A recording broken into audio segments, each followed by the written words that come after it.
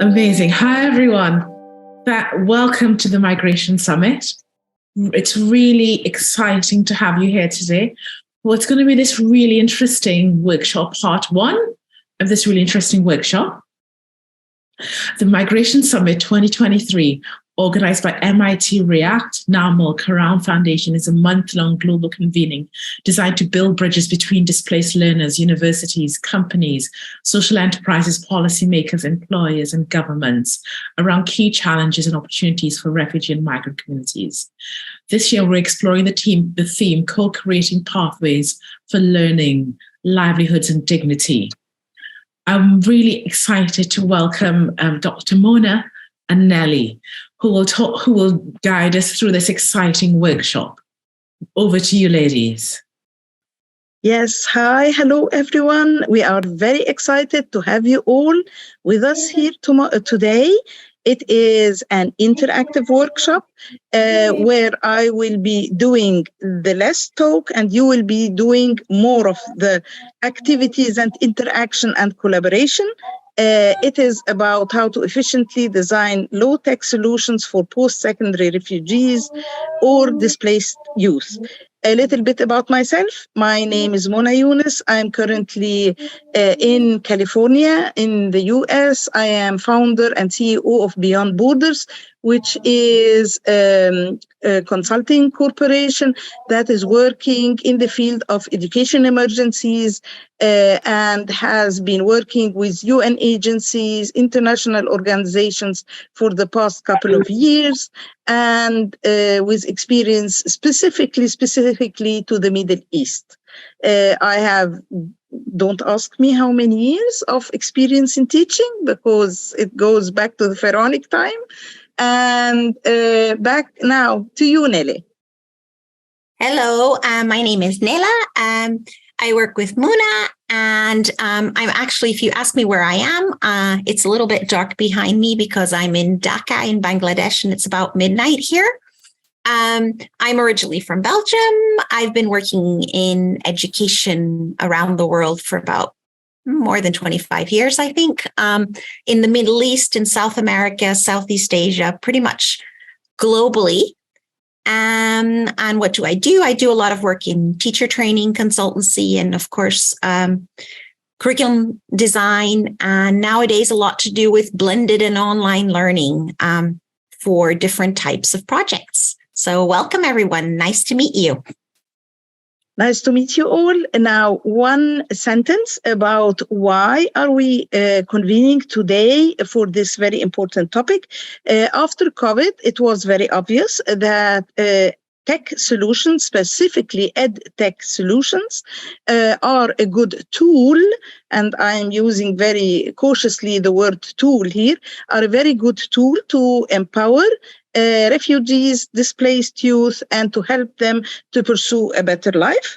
I have been working in so many different projects related to the implementation of EdTech in refugee context, and I have seen the impact of that. Now we will start. Again, I am telling you it's going to be highly interactive and sorry, this is the Jamboard.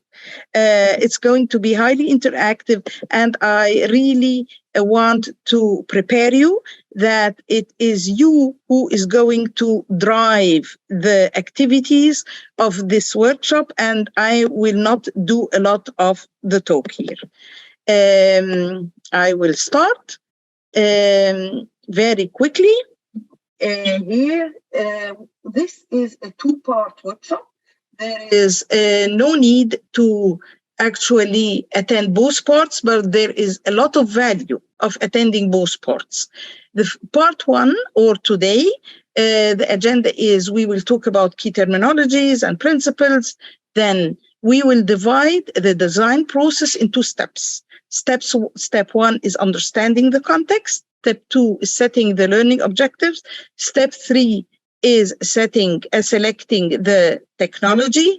The next day, we will be talking about two other steps, which are the core steps of the design process, which are drawing and designing the program, the low-tech program, then implementing it, and then there are key reminders at the very end. Now, let's start very quickly with some key terminology. We will talk about technology and adult learning. Now, very quickly, there are two types of, there are multiple categorizations of technology. When we are talking about technology, different people understand different things. So we wanted just to start with some telling you how broad things are. And technology is a field that is really very wide and very broad. There is a hardware, there is software, there are the applications, and some categorize technology through hardware versus software. Others look into it according to the generations of technology, like Dr. Mary Burns in her very famous publication, where she looked into how technology developed across time and throughout the years, from printed-based until we reached finally the mobile-based smartphone educational solutions. Now, let's go a little bit deeper. Now, in the past couple of years, maybe 2 years, there was talk about two different types of technology, and this is maybe what is of interest to us here, is robust versus fragile. And this is very important to understand. Now, there are technologies out there in the market that are very advanced. They have high potential. We call them the fragile one. And we will tell you why they are called fragile. Although they are very advanced, like the AI, like the virtual reality, like the glasses, the Google glasses, etc. They are very advanced. They are high potential. However, the problem with those technologies is there is a risk that they vanish very fast. Those companies might bankrupt, might find it too complex, won't find a good market to market their products. Why is that so? Because they rely on different layers of other technologies. And the higher or the more the layers of technologies and the interconnectivity of technologies, the more fragile the end product. And then that means they are not so easy to use, not so easy to fix, and largely they are not largely scalable. And they do not reach the margin. They do not reach the population we are talking about. They do not reach the refugees, the displaced, and so on. Most probably because of the cost, because the high literacy rate, etc. The other part of technology is a robust technology. And what do we mean with robust? These are the technologies that are commonplace, that are widespread, that reach out to the margins, that are affordable, accessible, available, easy to use, easy to fix, largely scalable. Other people actually call them high-tech versus low-tech. We could say that the robust ones are the low-tech ones, which are simple and easy to use, not very sophisticated. And then we have the high-tech, which is, as said, very sophisticated. Now we will start with our very first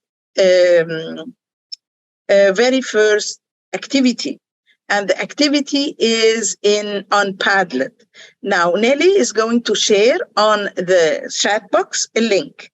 We want you all, please, to open that link, to use the pen symbol that is on the bottom down right corner, so that you write down the answer to the question that you will find in front of you.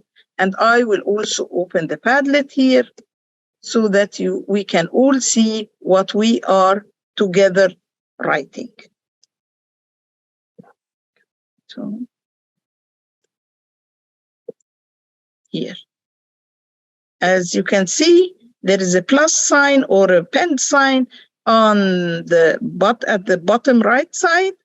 Please take it, open a pad, and answer the question. What's the question? The question is, why do you think we should resort always to low or robust technology when we are designing solutions for refugees or displaced youth. Why do you think?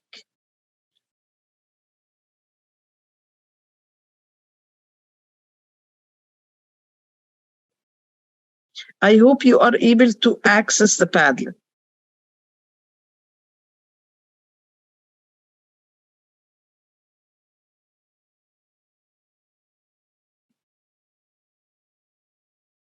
Please click on the link that is in the chat box, the Padlet. Take the pen or click on the plus sign that is on the bottom right side and write down your answer. Answer to the question, which is, why do you think we should always resort to low-tech solutions or robust technologies when we deal with refugees and displaced youth? Why is it so? Oh, some incoming nice answers. Yes, good. Okay, I think I'm going to go ahead and go through them. So thank you everyone for participating in this activity and for your answers and sharing your ideas. I'm just going to go over the answers. So there's a lot of people who have written things such as having to do with cost. So the cost for teachers, the cost for staff. Someone else has written inexpensive in terms of resources. Somebody else has written more affordable. So I think those all have to do with cost. And then other people have written things such as materials can be more durable. Easier to access is another one. You don't need as much knowledge. Maybe your digital literacy doesn't need to be as high. So those are all things mentioned. And then people have mentioned things such as social network, access to information in general, and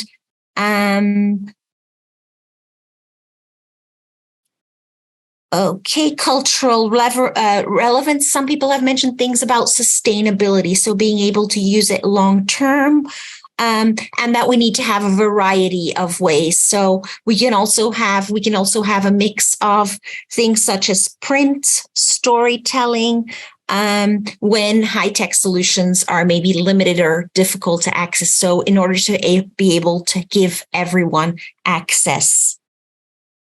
First of all, someone else has mentioned, first of all, the need to secure the learning outcomes. So to focus on our learning outcomes and then focus on whether we need, what type of tech solution do we need, a low or a high tech? But the most important thing, of course, as we know in learning, is our outcomes. And then someone else has mentioned, which has just been added, that most of the time in refugee contexts, they use the cell phone network. So in choosing our solution, we need to take into account the devices that are being used. I think I'm going to stop there. Go ahead, Muna. I hope that summarized it a bit. Yes. Now I'm going to summarize the 4 main points that you mentioned. Cost, definitely, this is a very big issue when we implement technology. We need to be very aware that we select a technology that is not costly, that is affordable, that is accessible. And when we say accessible, means that the infrastructure around the technology itself is also accessible. There is electricity, and there are all the devices needed, or the internet connectivity is also accessible for the refugees. The second thing you said is knowledge. The digital literacy rate of the refugees should align with the technology that we select. That's 100% correct. And someone else said also that we said sustainable, that our solutions need to be sustainable and long-term and not one shot, that not just a program with high tech and then people implement it and go, and there is no lifelong learning around it. What was said here definitely is 100% correct. We need to look at the learning outcomes first, and we will come to that in part 2, and technology is not the driver, but our learning outcomes are the driver. Thank you for your comments. I will reshare now the presentation, and let's go on and move on. Now, we talked about terminologies here, and then we talked about low tech and high tech. Let's go. Rule of thumb. Out from your answers, you got it right. Keep it simple. If you don't remember anything out of this workshop, please remember this rule of thumb. Whenever we design something that is technology-based, it has to be. It's not something luxury. We don't have any other choice. We have to keep it simple. Simple in terms of the technology selected, simple in the content that is displayed, simple in the navigation, simple in the provided support mechanism. Everything, every part surrounding the technology and the solution has to be simple. Why? Okay. That's here, the statistics are telling us why. Already, refugees and displaced youth have difficulty to attend secondary school. 34% of refugee children attend secondary school. In 2019, 1%. When I was doing my PhD, when I was writing it in 2019, it was 1% of refugees have access to higher education. But in 2022, now the percentage is much higher. It reached 6%. And one of the reasons why it reached this 6%, it might be, we are not 100% sure, but it might be that people are more able to access technology. And there has been some advancement and improvement in that area. Now, has technology helped to increase that access to higher education? We don't have any concrete research that is answering that specific question because it's pretty recent, but we do think that technology can help in the access of higher education, or even in pursuing employment, or in providing more and more options. Now, we need definitely, before we start to talk about technology, to talk about adult learning. Why? Because we are talking about youth. And when youth are encountering a learning experience, it's very challenging. It's challenging due to time, money, and confidence. They might lack the confidence. And they, of course, they are not employers. They are in this interim position where between childhood and being a full adult. So therefore, they don't, most probably, they don't earn money, and they have usually limited time. In the case of refugees, there are double layers. Now, there is also the literacy rate. Most probably because not all of them have been in secondary school or have been having a continuous education. There might be problems with the literacy rate, specifically the digital literacy rate. There might be legal hurdles for them to enter the higher education, papers, documentations, etc. And there is usually a lack of agency. What are the adult learning principles that we are advocating, and we see them to be very crucial to follow? These are the need to know why they need to learn something. They need to build on their experience. They need to feel responsibility for their learning, need to be sure that what they learn solves an immediate problem, what they're training to be is problem focused. The learning of the training is problem focused, and they need to learn best, or they learn best when they are intrinsically motivated. Okay, let's go on. There is another activity. We will give you 1 minute. Could you please, in the chat box, could you please tell us which one of those learning principles that you can read in front of you do you find most important to observe? I will give you 1 minute and I will come back. Bring you the charger ready. You have 1 minute. Please write down in the chat box which one of those principles do you find the most important one to observe when you deal with refugees and displaced youth. Thank you. Yes, Nelly, could you please read the answers? Yes, so I'm just going to go through with a minute. A lot of people have focused on the why. So number one, need to know why they need to learn something. A lot of people have already also mentioned want their training to be problem focused. And then someone else has also said learning to solve an immediate problem. Now, Rachel has also written, someone here has written in the chat box, and I think that's also very relevant, that it has more to, that it often is a culturally dependent thing, that it doesn't really matter if a student is a refugee or not. It depends a little bit on the cultural group that they come from. So some people want to know more the why, others value more a problem-focused approach. And now someone has written building on their experience. Someone else has written, I think all of them are very important. And yeah, I'm just, okay. Yes. Yeah. So that's a bit of an overview. Yes.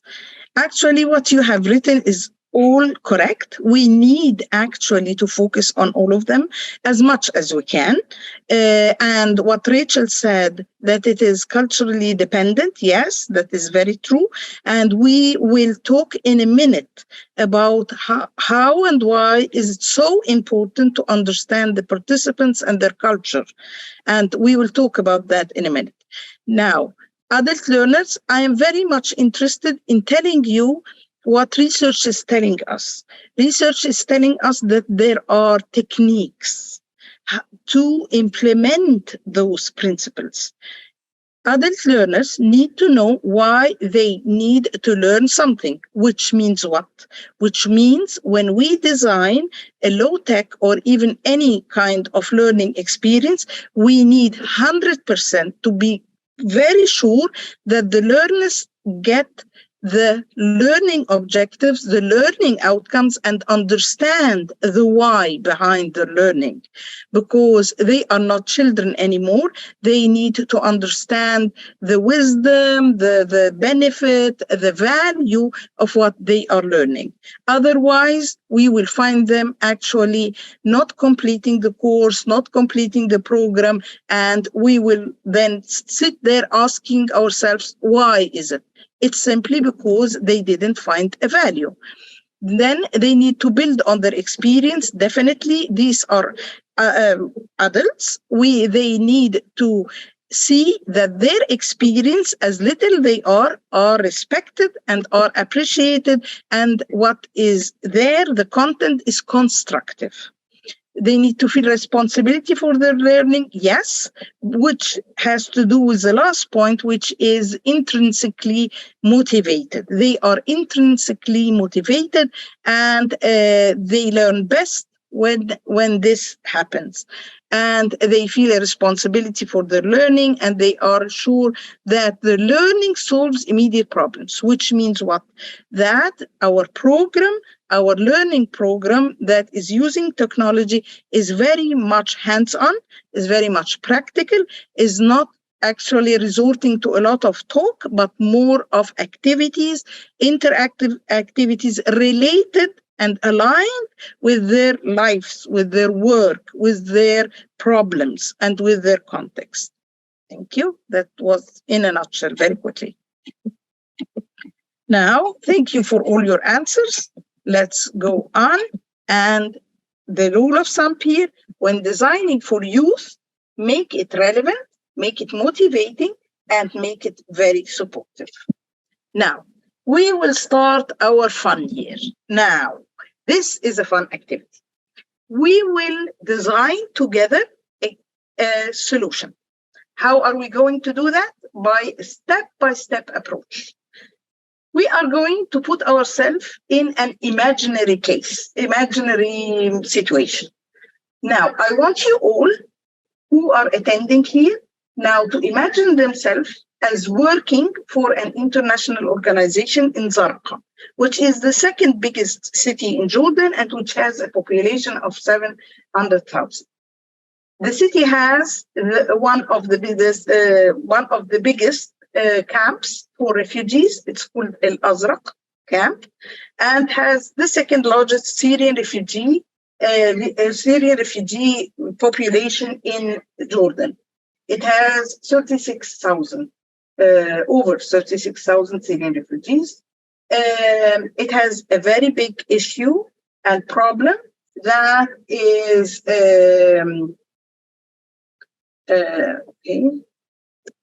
it has a very big issue of child marriage. It has a very big issue of unemployment. Zarqa's population are stereotyped and usually labeled as engaged troublemakers. There is 76% of mobile, but this is the situation. Now, with unemployment, there is a lot of risk of radicalization, of course, we know.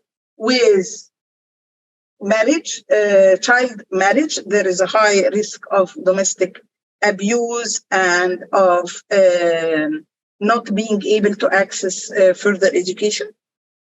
These are the threats. This is the situation. But what are the opportunities? There are a couple of opportunities. 76%, which is not true.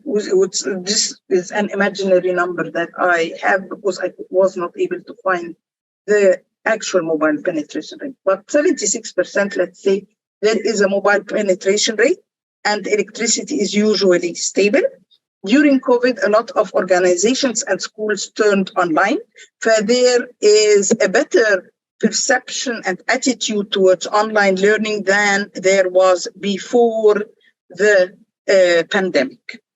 Now, we are putting ourselves in a situation that we are working for an international organization that has the following vision.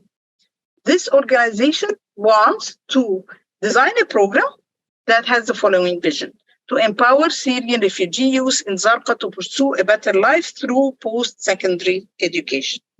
Now, we will try together collaboratively to build that low-tech solution. This is a real picture of Syrian refugee students who attended an informal meeting in Zarqa University in Jordan last January, where they were seeking scholarships and were trying to understand how to access higher education. So you can see from the eyes, you can see from the attitude of those youth, how eager they are, how desperate they are to access higher education. And this is a real situation. I can tell you stories about it because this was the focus of my PhD. Step one. Now, as said, we are going to do it step by step. Step one is understand. Before you sit down and touch the keyboard and do anything, you need to understand the context. Now, let's understand the context. Now, in the Jamboard, the link to it will be in a second in the chat box. Please take a sticky note and write down all the components of the context that you need to understand before you start designing your solution. When you design your solution, you need to understand, and we will talk about how to do that, this understanding and reaching that understanding. But first of all, let's talk the word context. What does it mean? On the Jamboard, you will find a circle with the word context. Stick around that circle all parts and of that context. What are the different aspects of the context? You have the link to the Jamboard here in the chat box. I hope you are all able to access the Jamboard. Muna, it says, someone has mentioned, I think we need edit access. Muna? Okay. Because I've shared it, but it seems they don't have edit access. Okay. Viewer, okay. It should be now. Please copy the link again in the chat. Okay. Done. Yes. It's the second page here. It's the second page. Can you see my screen?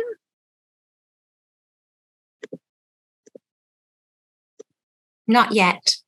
Here. No. Yes, now we can see it. It's page 2 on the Jamboard. You will have a circle with the word context. Please take a sticky note and write down what are the aspects of the context we need to understand. Someone's asked, I'm not sure I get the instruction. Okay, so Muna means the context of these students. Yes, so the context of these students. What is their context? What is their situation? What's, Yes. That's what we're asking you to do. So what are some things that determine their context? Yes. And feel free to write words, to write sentences, to write ideas. The context is something very, very broad, and there are so many different aspects to it. But tell me, what are the most important aspects that we need to think about when we design for youth? Yes, exactly. Some good ideas are coming. Yes. Yes. Thank you, everyone. Yes. Mm-hmm. The context of the students. Yes, what we mean is the context of those students that are going to attend our low-tech program.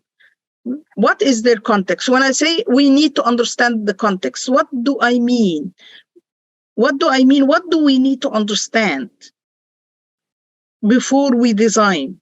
There are so many different aspects where our decisions will depend on. What are those aspects?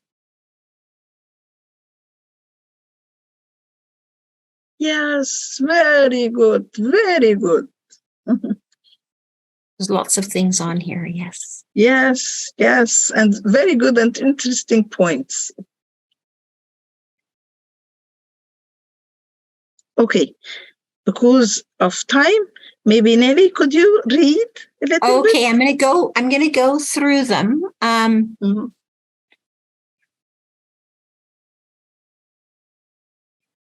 Okay, so they're talking about the context of the students being highly motivated, and there should be good buy-in regardless of the media of instruction, as long as it's effective. Somebody questioned the subject that the students are studying.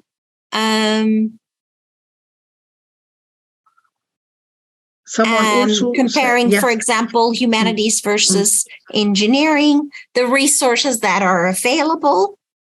You mentioned that there was 76% that had access to phones. Question, is that enough to use phones as an instructional intervention?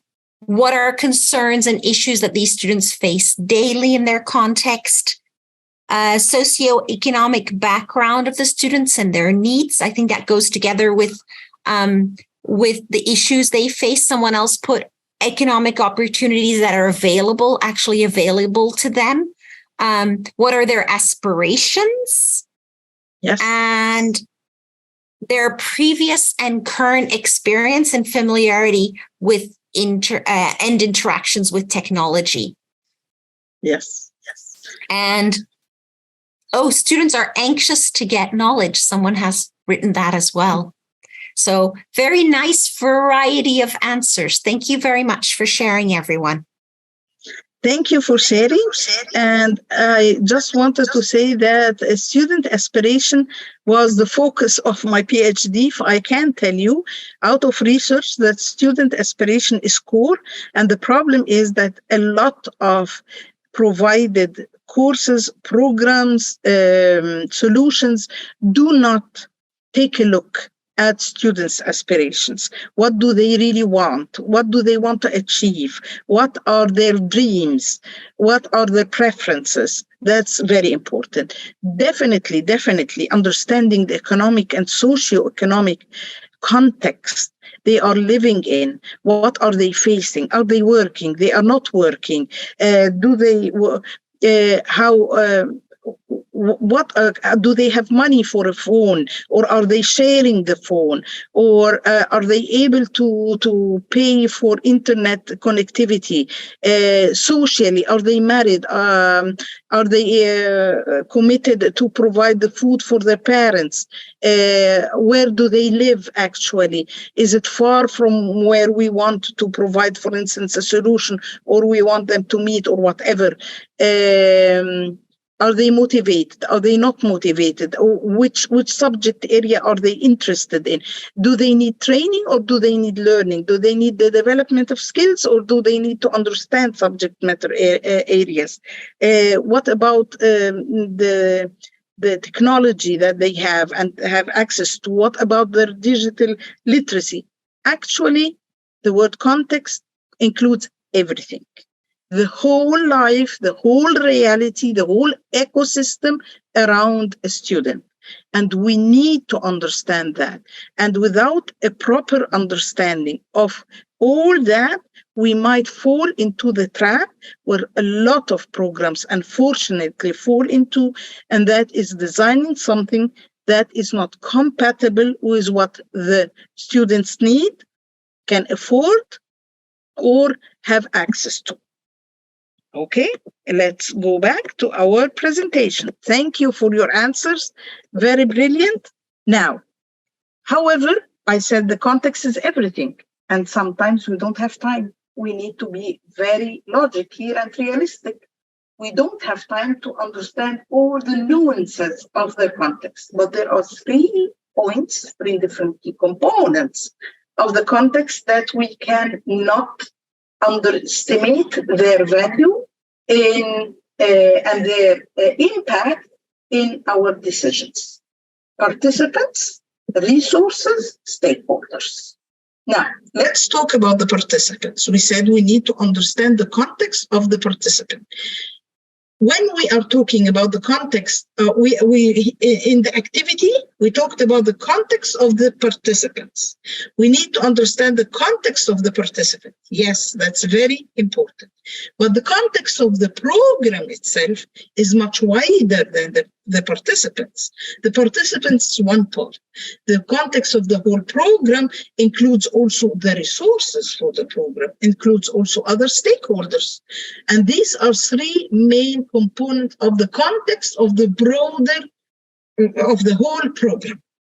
Participants is one, as we said, and we need to understand everything about the participants, the resources, stakeholders. Let's take that step by step. Now, let's get to know the participants. Let's identify the participants. We need to understand. What do we need to understand? Their needs. Are they learning needs? Do they need skills? Do they need subject matter areas? Do they need to develop professionally or understand a topic from scratch? Or what do they need? What is it there that will help them to pursue a better life, to reach their aspirations? What are their needs?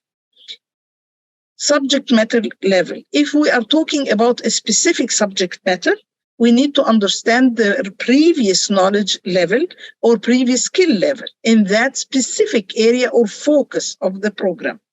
We need to understand their digital literacy level. We need to understand their linguistic ability in the language we are going to deliver the program in.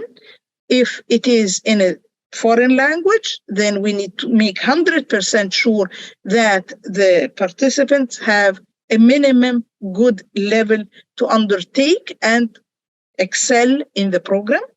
If it is in the mother language, even for instance in Arabic, if it is in Arabic, we have the classic Arabic and we have the locally dialects. Which language will you use? That's a decision, a linguistic decision. That depends on the abilities of the children, of the youth. Sometimes we have youth who are not very proficient in classical Arabic, which is usually what is used for programs.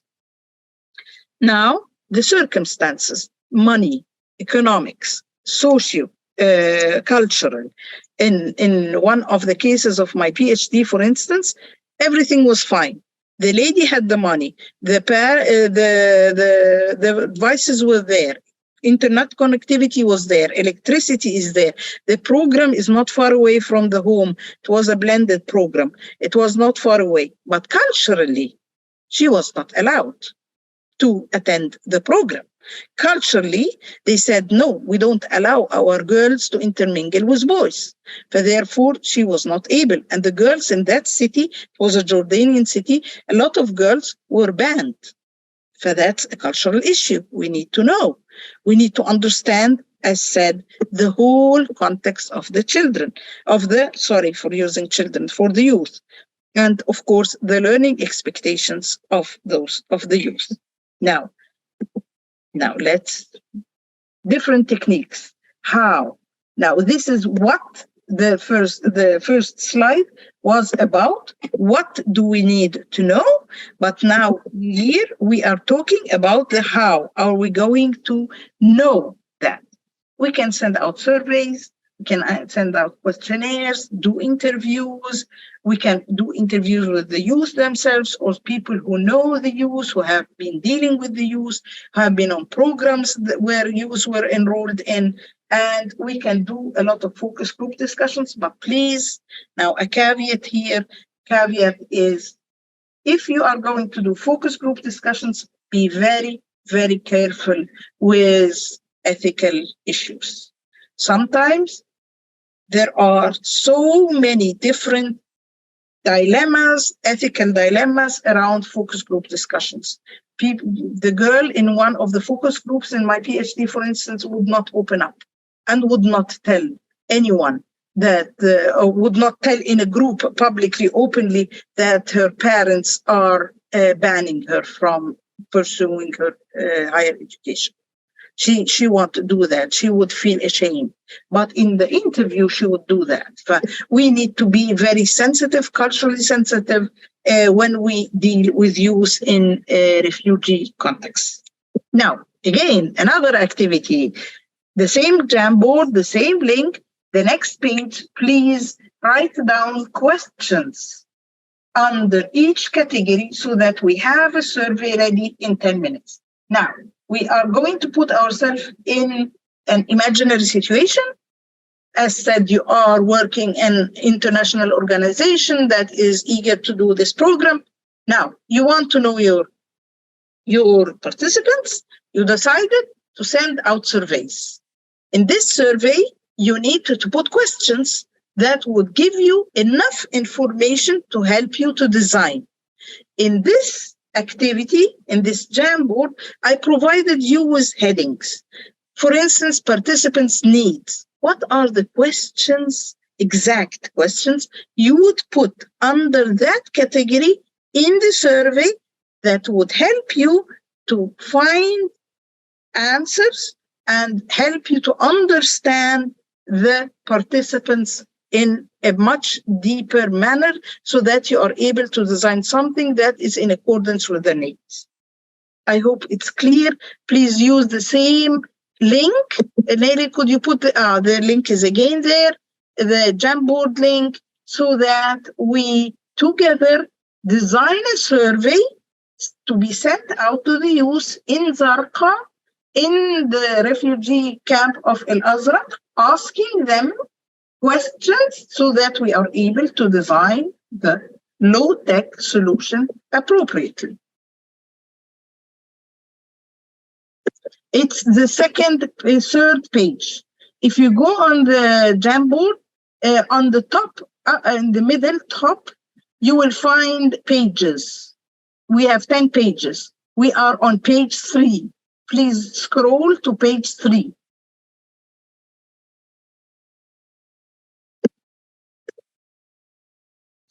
Please scroll to page 3, where you can find the categories for the survey. Page 3 on the Jamboard, please.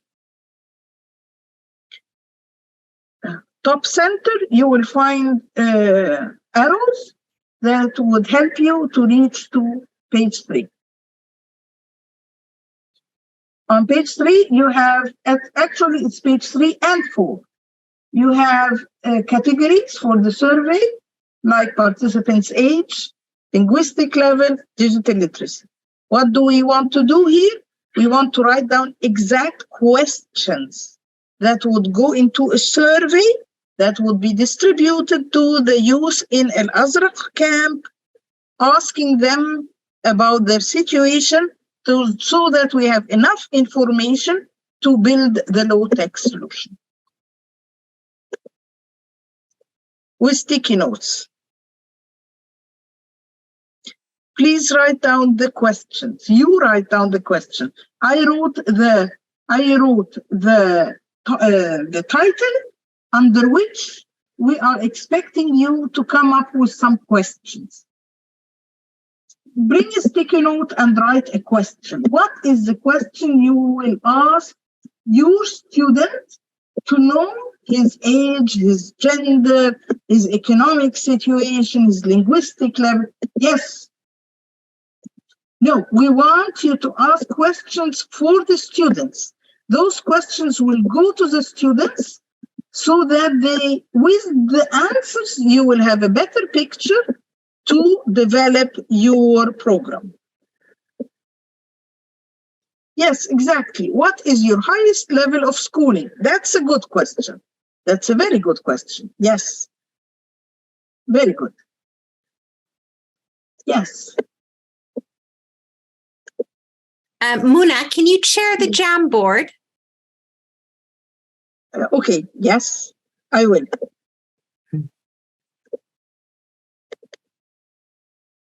Can you see it? Okay, excellent. Thank you.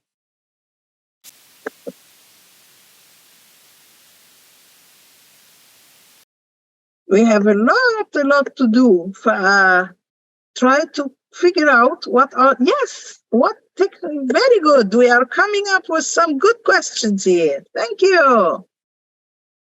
Very good. Yes. Take a sticky note and try to write down your answer, please. Yes, we really would love to see more questions. Could you please add some more questions? Muna, we have time, so they can. Yes. Yes, okay. They can add some more questions. Excellent.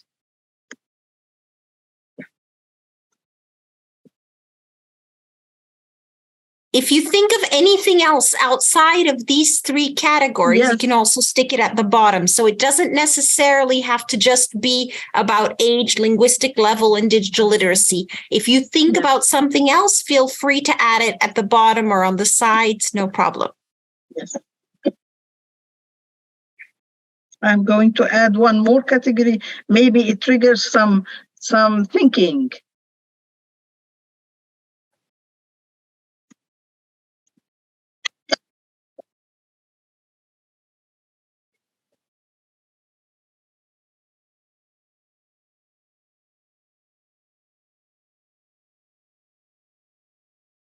Maybe. I have the feeling we didn't tap into this participants' economic situation. We need to ask questions about that. We need to ask other questions about, for instance,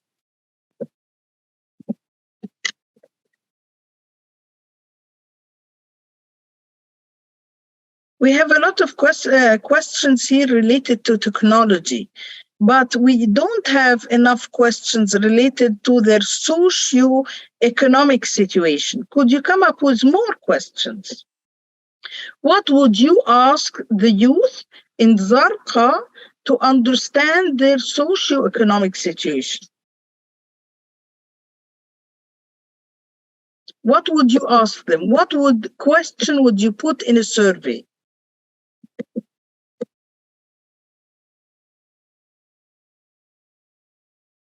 Okay, I think we have a good bunch of, yes. Muna, the ones at the bottom that you've stuck on the bottom, can you move those up a little bit, even if they're over participants social? Because at this point, I can't read them anymore. Okay, sorry. Because they're too much at the bottom.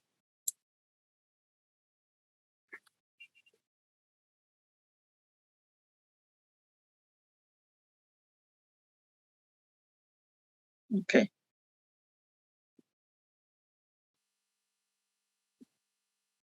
Shall I go ahead and go through them, Muna? Yes, please. So I want to say thank you for so many great ideas and for a diversity of questions. I'm sure that we could put a huge survey together with all these questions. So looking at participants' age, we have things like, what is your age range? The other question is kind of similar, the range of the students. So we're looking at age ranges. Probably instead of asking how many girls and boys, if it's going to specific participants, we might ask, are you male or female? Or other, how many special needs? So we could ask, for example, do you have any special needs? And then we might leave it open for people, or we might offer a couple of possibilities. Then looking at linguistic level, we've got what's your highest level of schooling, basic, secondary, or tertiary. Rate your listening, reading, and writing and speech. So the 4 skills individually from 1 to 10. At what grades do you teach? I think here that's a question for teachers. So if I want to run it for students, maybe were you educated in English or Arabic? Or what is your fluency level in English? What's your fluency level in Arabic? I think there again, there's a question for a teacher because it says, have you enough trained teachers for all subjects? So I think that's a question towards trainers, not, I think, towards participant. Linguistic competency from 1 to 5. The only thing we have to be a little bit careful with is when we ask questions, they have to be able to understand them. So linguistic competency may not be something, even if you translate it in another language, that people are aware of.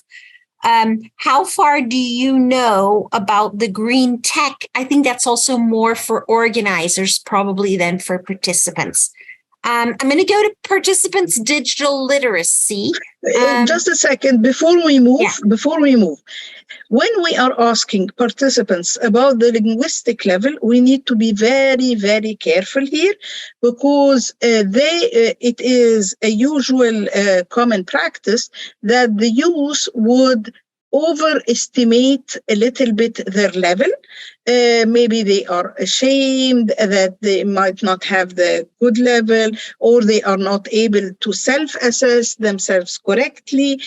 It's good to ask them, but it is very important to validate the answers and to find another source that would give us much more robust findings so that we are 100% sure what the linguistic level is. The answers of the participants is important, but alone is not enough. Thank you. Okay, so now I'm going to move to participants' digital literacy, and a lot of the questions here have to do with how much experience they have and how much access they have. So questions like specifically like, have you enrolled in a technology-based program before? What have you done online? What technology have you used? And often you're going to need to list things there for people to choose from, because if you don't do that, then you don't really get a lot of more detailed information that you can then use, for example, to choose a device, to choose an app, to choose how you're going to organize. Do you have access to internet?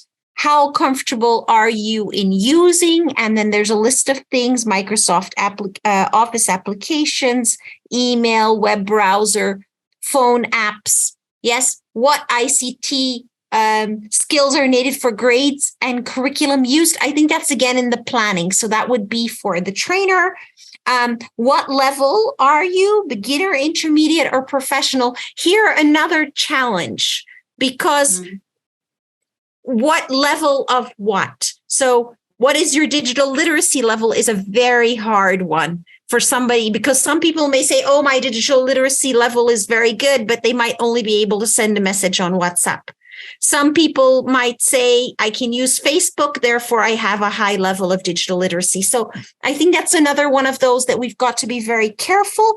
How comfortable are you with phone, reading, writing, and the computer? So the only thing I kind of see that doesn't seem to be located here is things to do. It does say what technology have you used, but about access to devices seems to be somehow missing here. If I look at the overview here, it doesn't really ask, do you have a smartphone, or do you have access to a smartphone? Do you have a computer? So those are maybe things to think about. Then we go to... Sorry for interrupting here. It's very important to understand if you have access.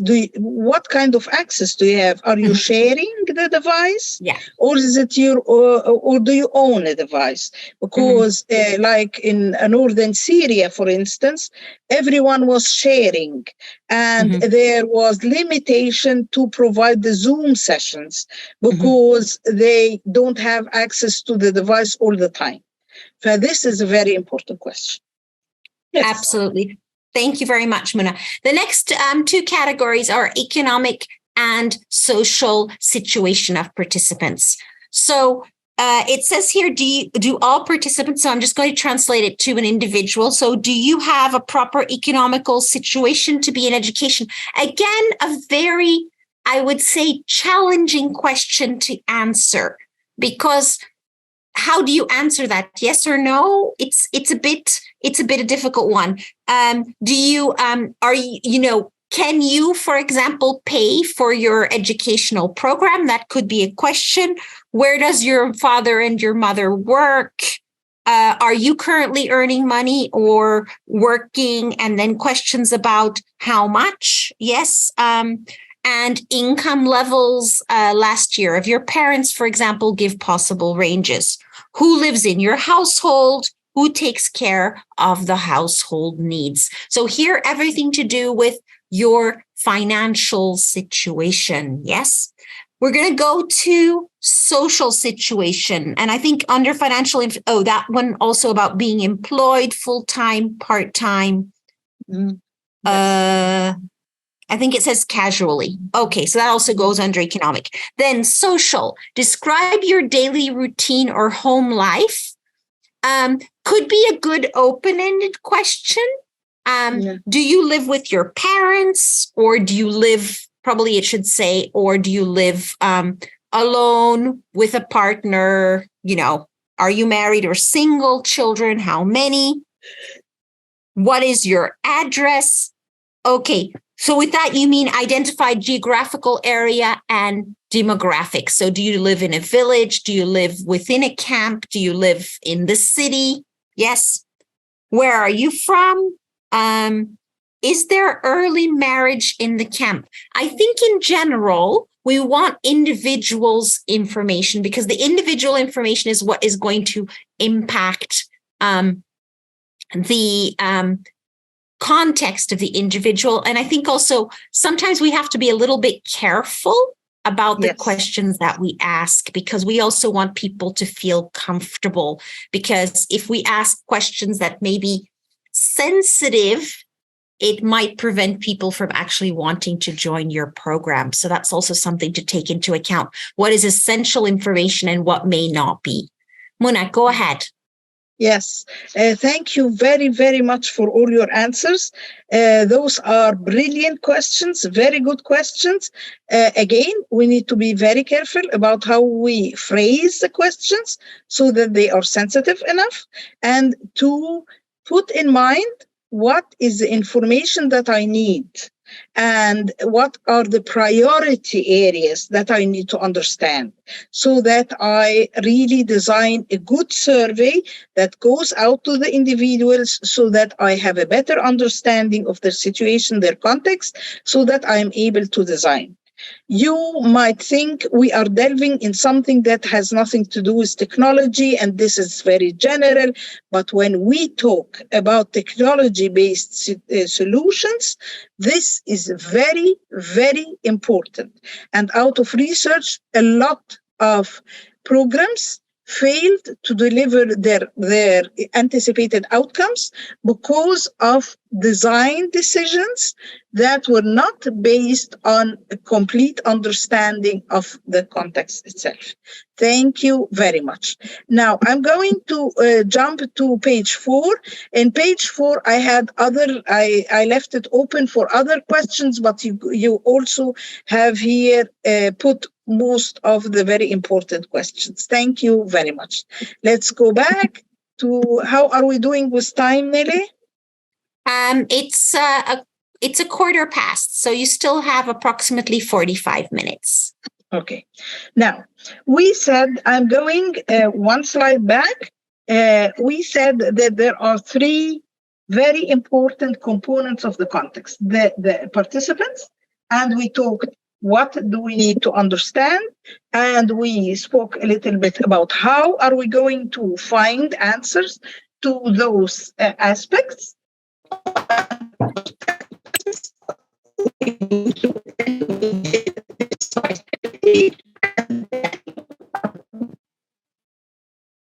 Muna?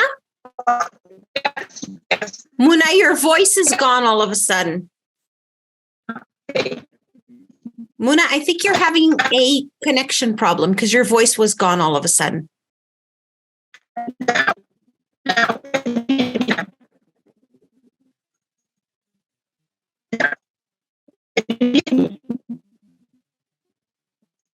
I can't hear you.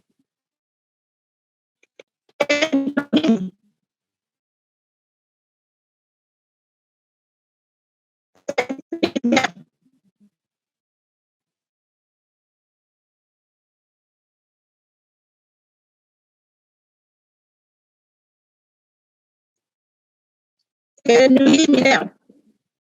Yes, but it's broken. Okay, I'm going to close the video. Maybe it's then better. Okay. Can you hear me now? Yes. Okay. Now, so sorry for that. Let's. And can you put the PowerPoint again, Muna? Yes. Give me a second. Sure. Yes, give me a second. As we said, until I bring the PowerPoint up again, as we said, it's very, very important that we understand the whole context.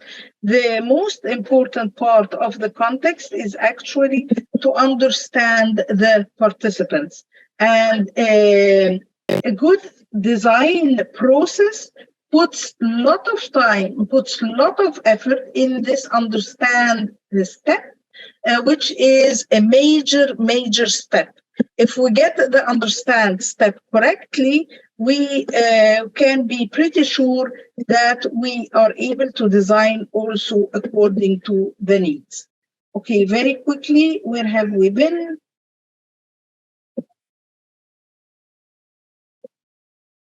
I've done all that. Yes, we are here.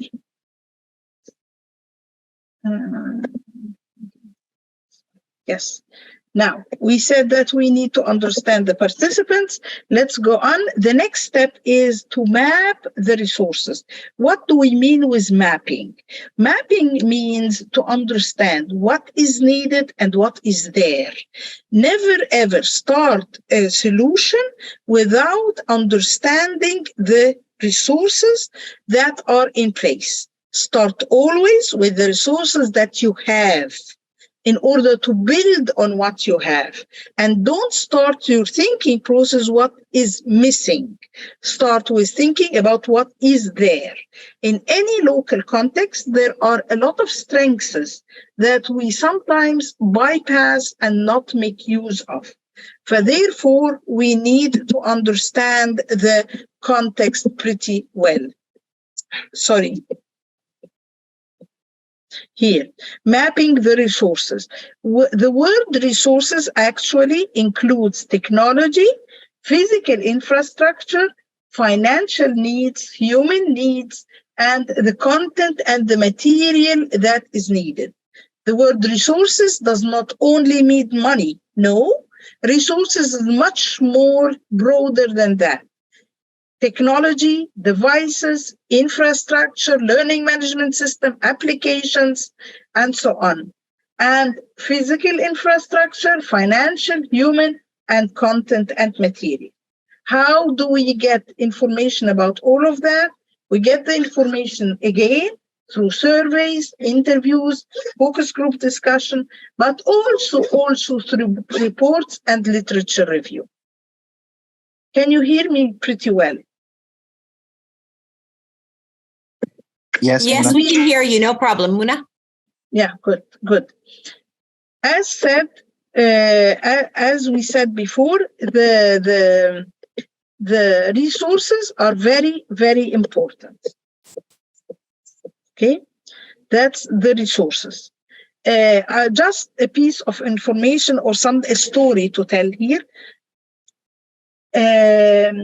When I was doing an e-learning course for the government of Rwanda, one of the very main documents that helped me to figure out which technology to use and how to decide the technology solution was reports coming out from the government about infrastructure, about mobile penetration in rural areas, about internet connectivity, about electricity. Where is electricity stable? Where isn't it very stable? Which areas? The percentage of the penetration. Understanding the context will help you to design also the scope of the program. Will it be a national program for a specific region, for a specific type of people, and how to reach them and to be sure that what you are going to provide and the technology you are going to decide on is really, really accessible, affordable, available, and acceptable. Always think about those four: accessible, available, affordable, and acceptable. And the next thing we need to talk about is the stakeholders. Before you design your program, you need definitely 100% to have a very good level of buy-in of stakeholders. And stakeholders, we mean everyone who is impacted or involved in the program. This could be the donors, could be the partners, could be the on-ground implementers, your participants, the parents of the participants, maybe the employers of the participants, everyone who is impacted even slightly by your program needs to be thought of very carefully, because without the buy-in of the stakeholders, the whole program might fail.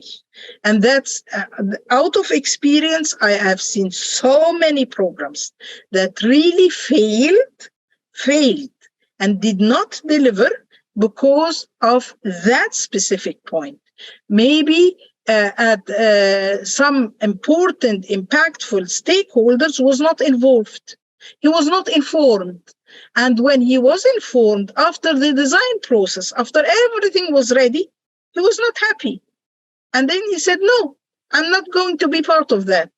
And sometimes they even fight what you are doing and will put negative impact on it so that it is not sustainable, it's not impactful, you are not able to deliver.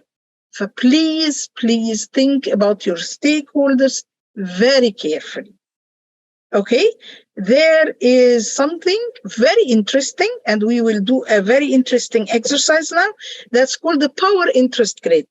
You have a grid where that is divided into 4 different squares. We put actually, when we design, our stakeholders in those, we position them and put them in those squares. Who is the stakeholder who needs to be kept satisfied so that we are able to design, deliver, and implement? Who, without his satisfaction, we are not able to deliver? This might be the donor, might be the government, might be the employer of the participants, might be the participants themselves. Who do we need to manage closely? Maybe the facilitators of our course, the partners who are in the field doing something similar, we need to manage closely. So that they don't compete with us, for instance.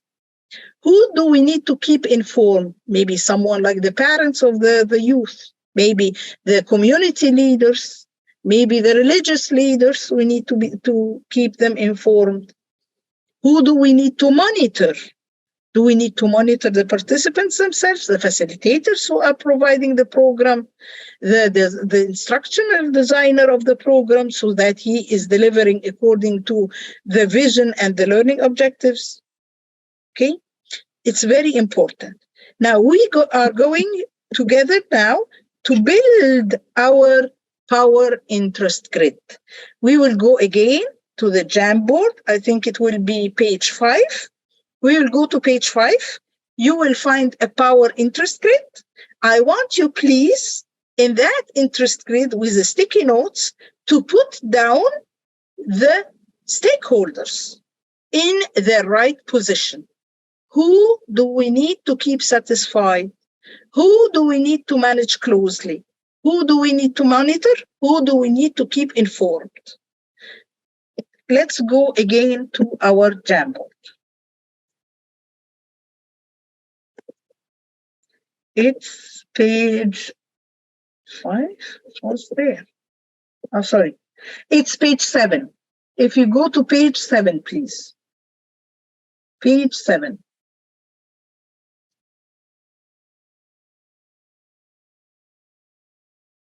You have a power interest grid and you have your sticky notes. I want you to write on the sticky notes the stakeholder and where is he in that power interest grid.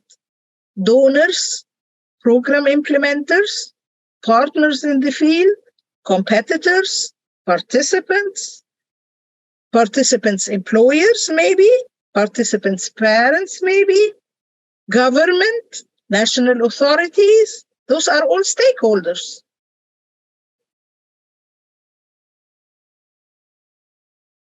Very clever, putting the students in the middle. Very clever, very clever.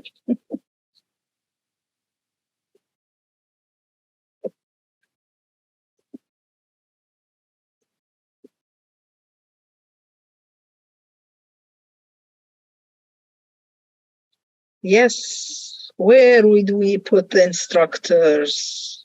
What do you think?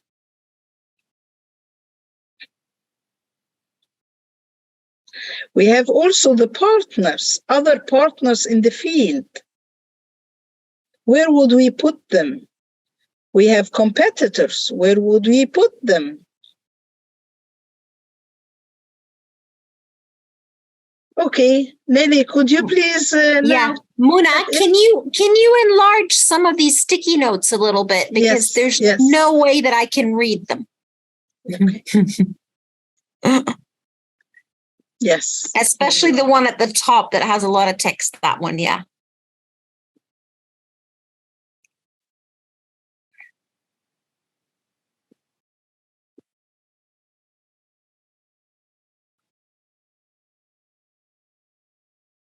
So, okay, so I'm going to start with at the top of the grid, the ones that we must keep satisfied. Family, community leaders outside of the education institution. And you've put that on high power and low interest. Okay. Higher ed administrators also keep them satisfied. So again, high power, low interest. Politicians and policymakers are between keep satisfied and manage closely. Government, you've put under manage closely. Students, you've put in the middle because you want to keep them satisfied, manage them closely, monitor and keep them informed. So you must do all of the above. Then you've got instructors and teachers, manage closely and keep informed. And then you've got the donors and the implementers, the trainers, the volunteers. Trainers could also be like instructors and teachers. Keep them informed. Okay, Muna. Yes. Thank you for your answers. Yes, thank you very, very much for your answers. It's not an easy activity at all, because it differs from one situation to another and from one context to another. The bottom line is we need definitely to do this exercise in order to understand our stakeholders. In some parts, the donors, I have seen donors who are high power and a low interest. I have seen that. I have seen also the donors having high interest but low power. I have seen that. It differs from one context to another. The bottom line is here to show you the importance of this power interest grid and how to do it. And sometimes people even do it, they enlarge the sticky notes or the circles or whatever according to the power and to the interest. They enlarge or decrease or increase the size of them to see them visually in front of them. So therefore, it's important. I cannot say something is right or something is wrong, because it depends usually on the culture and on the situation itself. Usually, the government is high power, donors are high power, usually, and family and community are sometimes high, sometimes low power, but they need definitely to be kept informed and sometimes even kept satisfied. And thank you again for your activity. It's very interesting, and I hope it is insightful. Now, let's continue. We have done the stakeholders. Please remember, never ever blindly start your design. Until now, we did not tap into technology, because all what was done until now with understanding the context would help you to select your technology. You cannot start selecting it, deciding on it, until you understand the context. Never blindly start your design. Now, set your learning objectives. Learning objectives are your drivers for your design and during your design. Now, learning objectives is what you want to reach with your program. How to write down the learning objectives? Now, we start with a very broad vision the overarching goal of the whole program. We start with that. We write it on a paper, on a sheet of paper, on a document, or whatever. We start with that. We have it in front of us. It is very clear to us. And then we unpack that vision that is very broad into slices. We unpack it into smaller goals and smaller objectives.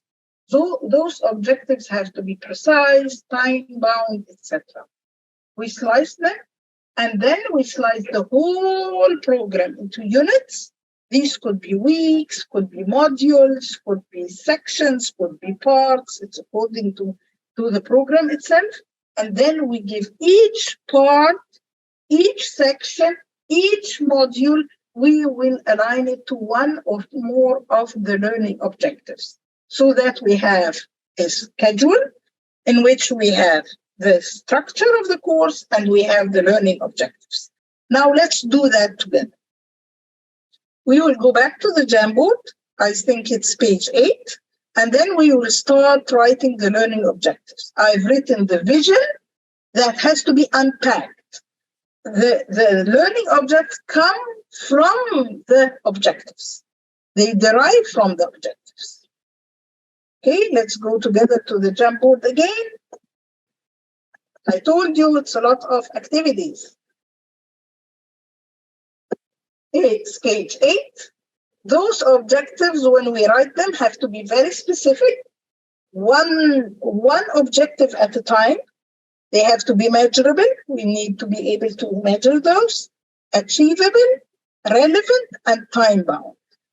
And how do we do that? We usually write after the program, that's time-bound, which means after having undertaken the program or after the unit or after the module, the participants are able to.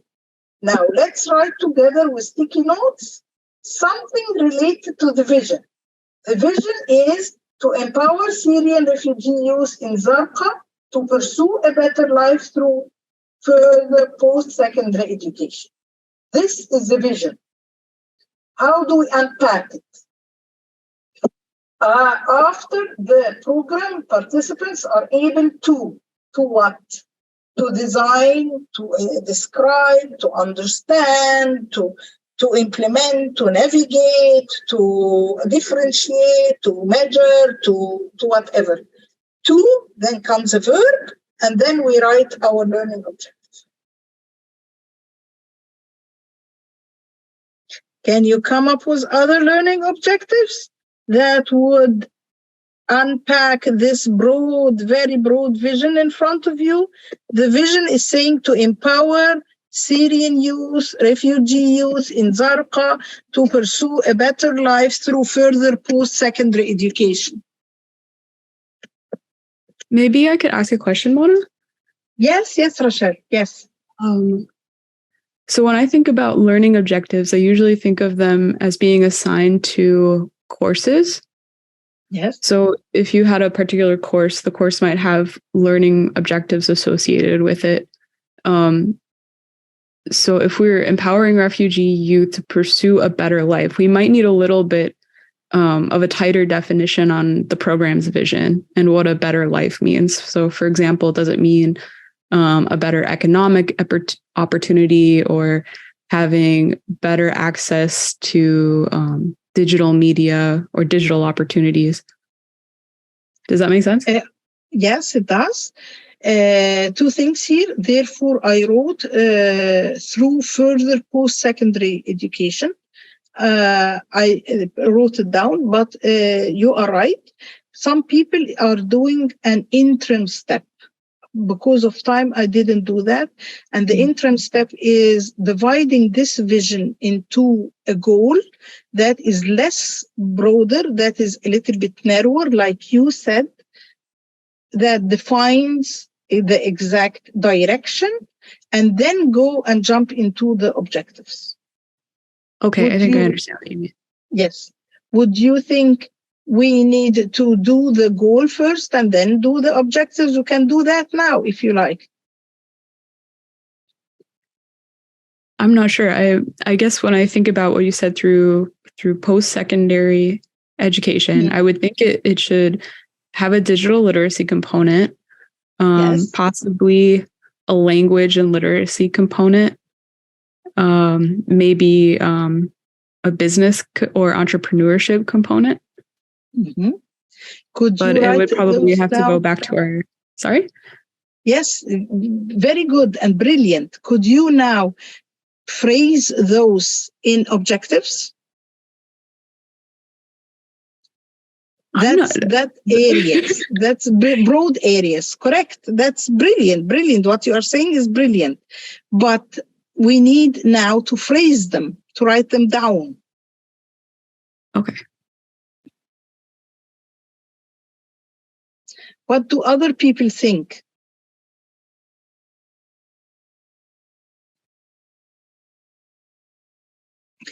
The reason why I made it so broad is that I don't want us to limit ourselves to a specific area. And I know that the participant might, some of them work in digital literacy, others in linguistic literacy, others in entrepreneurial, others in some specific knowledge areas. So I wanted to have it a little bit broader. But what you are saying, Rachel, is correct. We need to think about the focus. Yes.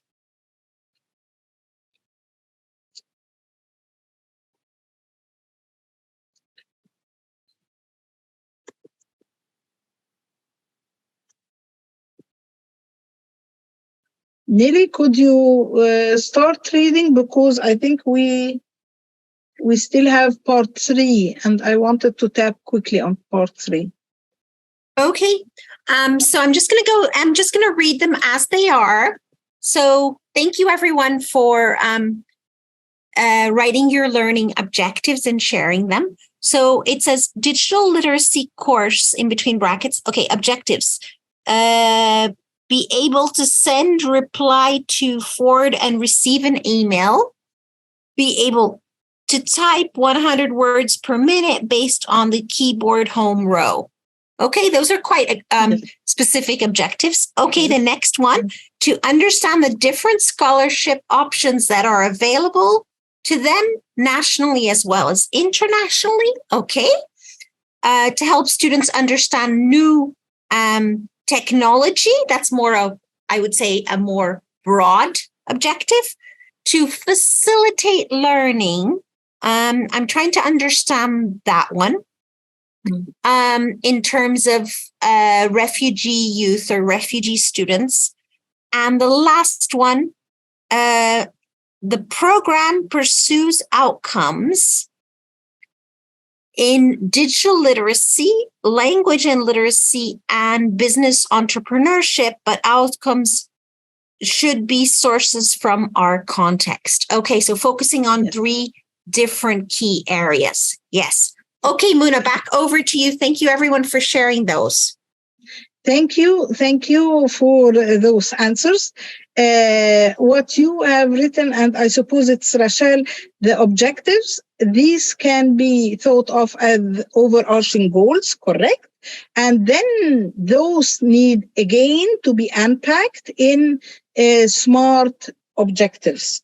So if we are saying pursuing outcomes in digital literacy, that's very good as an interim step between the vision and the objectives. Then we would say after the program, participants are able to, and we go to the very first one, to be able to maybe send, reply, forward, use email. They are able to navigate the internet. They are able to understand how to install a new application on the mobile, etc., etc., etc. Thank you. Thank you, everyone. We have a vision and then broader goals that put the direction, and then we have the very specific learning objectives. Now, thank you. We'll go back because we are running a little bit out of time now. Now, what we do now is the very important reminder here, a rule of thumb, don't ever put your horse behind the cart. Pedagogy learning objectives, what you want to achieve, your learning outcomes comes first. Technology is the cart that is behind the horse. Now, that's very, very important. Step 4, and that's the last step, is selecting the technology. How do we select the technology? First, we put all the options on the table, then we analyze, then we decide. Now, very important to don't limit yourself to a specific technology.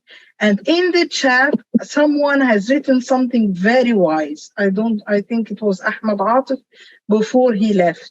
He said, I think if we talk about mapping resources, we should understand the available natural resources, which can be used in low-tech materials and also can be used and recycled. We should understand using green low-tech is very important in times of challenges, and that's very correct. And I would say the same. When we are looking into technologies, we need to look into what is there in the community. We start with the strengths that are there in the community. Are there mobile phones? Is there internet connectivity? Is there a radio? Is there a TV? What is there that can help? Sometimes, like in Uganda, we were observing a professional development program where radio was very, very powerful. In India, using the microphones on top of the mosques and other community centers to announce a program and to market the program was very powerful. Sometimes we limit our thinking to internet, to courses, to MOOC, to Zoom, but sometimes in some contexts, there are other options that we forget that they are there. Put all the options on the table. How do we do that? We do that by brainstorming.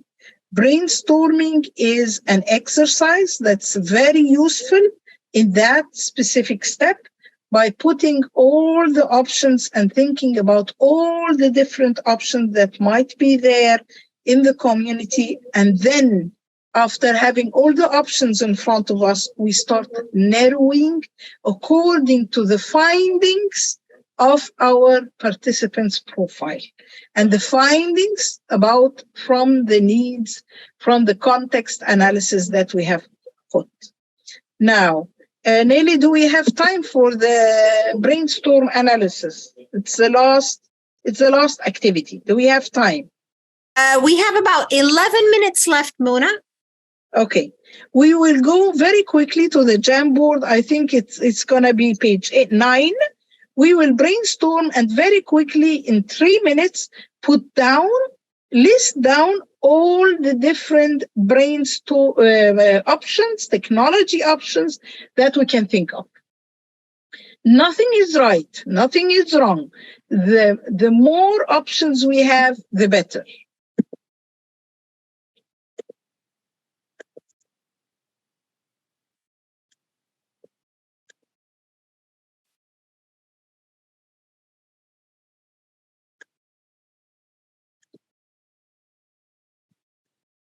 Low-tech, pen and paper, yes. Blackboard and chalk, okay. Whiteboard and marker, fine. Mini black, whiteboard, construction paper, scissors, posters, crafts, supplies, books, good. Is there anyone who wants to add something?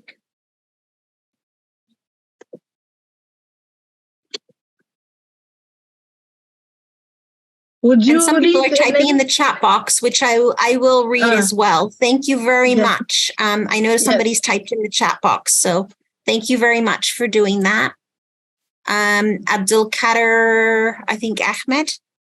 And I'm going to read those when I read the others. Okay.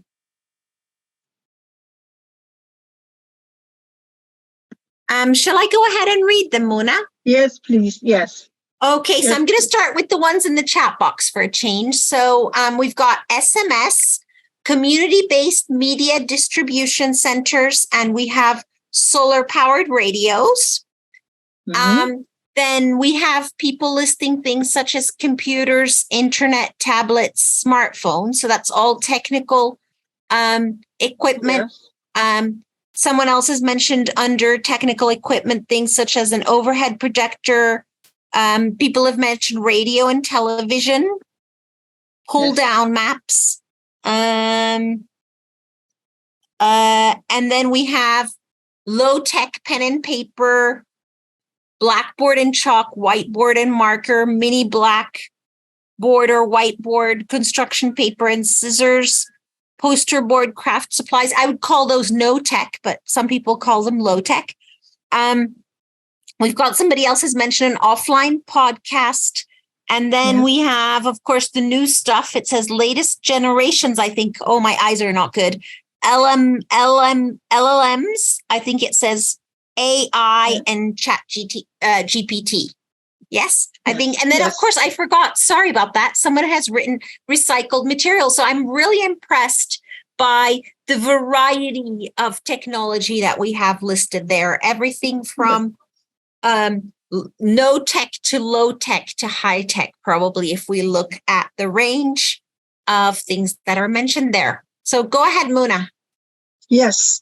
And as said in the very start and the very first 2-3 slides is when we deal with refugees and with youth in displaced context, we usually don't look into the fragile technologies, which are usually high tech, because of the situation and the digital literacy and the complications of the whole context. And we try as much as possible either to look into the no tech solutions, like the ones that were listed here, or the low tech solutions. It is according to the context itself. The context itself will tell us what would work and what would not work in a specific situation. And Abdelkader also wrote down offline podcast and offline content and offline servers that are also very good options that we could think of when we provide education or we are trying to empower refugees in very difficult circumstances. Now, we are almost done. Now we have to analyze the technologies. Now we have listed the technologies. Now we, after listing the technologies, we think about the context, we narrow our options. We narrow our options and say, okay, high tech is not suitable because 1, 2, 3, 4. Radio is more suitable because of 1, 2, 3, 4. TV is good. Muna, your voice is going. I can barely hear you. Okay. Can you hear me now? Yes, I can hear you now.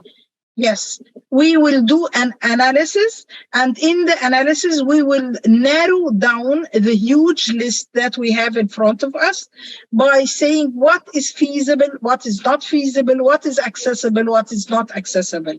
And then after we do that, we start by drawing a table.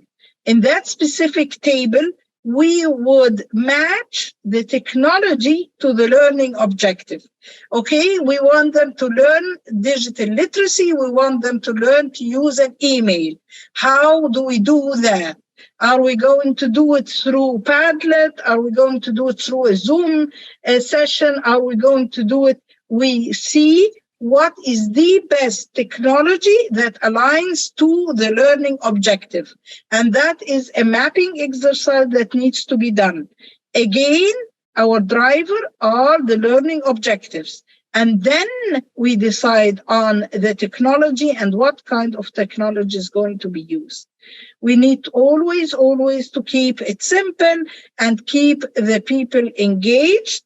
We use technology, not because we want to use technology. We use technology that would help us to reach the learning objectives and to reach a motivating and engaging learning experience. We need to use technology that is engaging, that is relevant, motivating, because we are talking to the youth.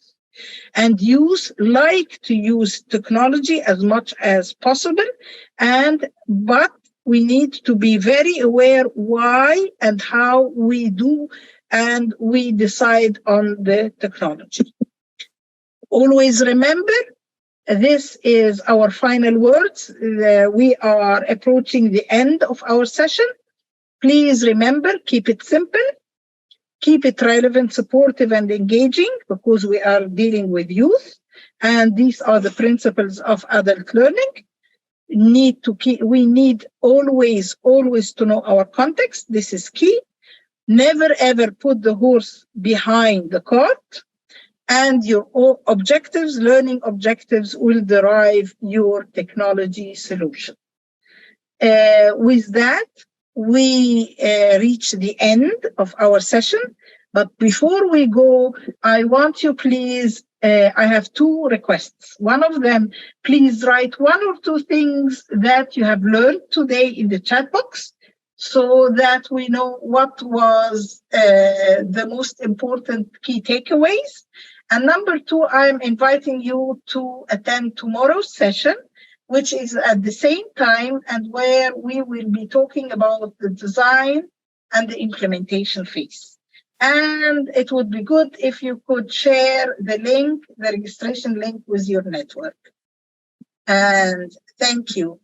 Please write in the chat box anything you have learned today. And that was interesting. Thank you, Abdelkader. The power interest matrix. Yes. I learned more about what kind of items to include, exclude on a survey. Yes, thank you.